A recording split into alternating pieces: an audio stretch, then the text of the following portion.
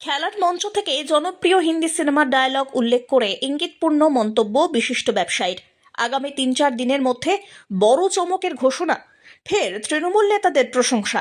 মন্ত্রী তাজমুলের গড় হরিশ্চন্দ্রপুরের বিশিষ্ট ব্যবসায়ী তথা ২১শে বিজেপির প্রার্থী মতিবুরের তৃণমূলে যোগদান কার্যত সময়ের অপেক্ষা বলেই মনে করছে রাজনৈতিক মহল।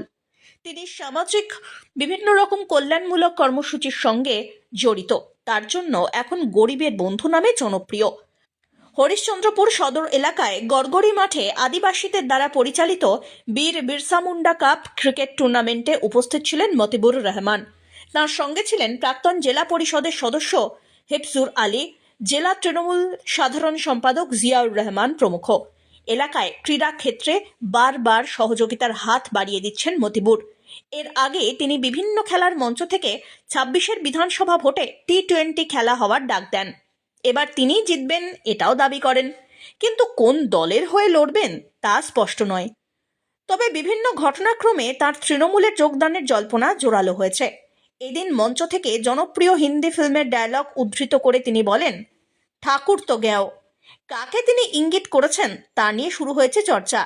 আর এদিন তার ইঙ্গিতপূর্ণ মন্তব্য এবং আগামী ২২ তারিখে চমক দেওয়ার ঘোষণাতে চর্চা আরও বেড়েছে। সেই সঙ্গে মঞ্চে উপস্থিত তৃণমূল নেতারাও প্রশংসা করেছেন তার।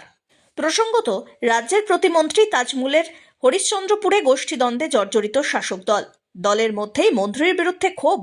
এই আবহে সমাজসেবক হিসাবে জনপ্রিয় স্বচ্ছ ভাবমূর্তির মানুষ মতিবুরকে সামনে রেখেই ঘুঁটি সাজাতে পারে শাসক দল, এমনটাই মনে করছে রাজনৈতিক মহল।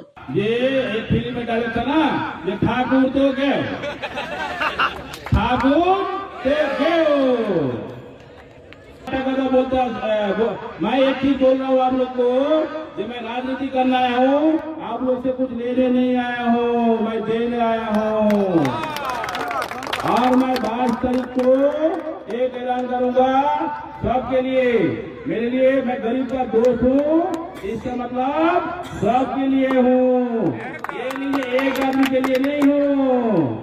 कोई आया आदमी है, 2-4 दलाल, वो दलाल को बोला चाहता हूँ कि तुम अपना टाइम देख लो, और 2026 में मैं आ रहा हूँ, कोई देख नहीं सकता ऊपर वाला छोड़ के।